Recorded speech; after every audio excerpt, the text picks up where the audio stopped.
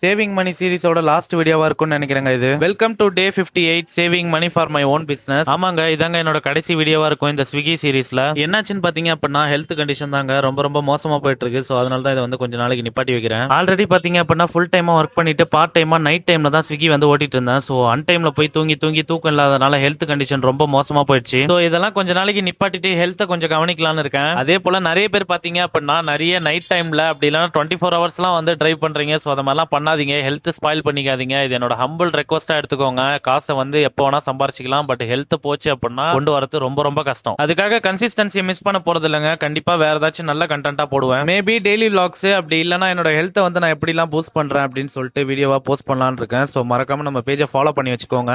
இந்த வீக் ஃபுல்லாவே பாத்தீங்க அப்படின்னா 751 தான் ஆன் பண்ணிருக்கோம். பெட்ரோலுக்குன்னு பாத்தீங்க அப்படின்னா ஒரு 150 ருபீஸ் போயிடுச்சுங்க. பேலன்ஸ் ஒரு 600 ருபீஸ் இருக்கு. ஓல்டு பேலன்ஸ் 12,353 கூட 600 ஆட் பண்ணோம் அப்படின்னா 12,953 rupees current savings. இந்த சீரிஸ் இதோட முடிஞ்சது கிடையாதுங்க. கண்டிப்பா இன்னொரு நாள் தொடங்குவேன். So stay tuned. Thank you and tata bye by.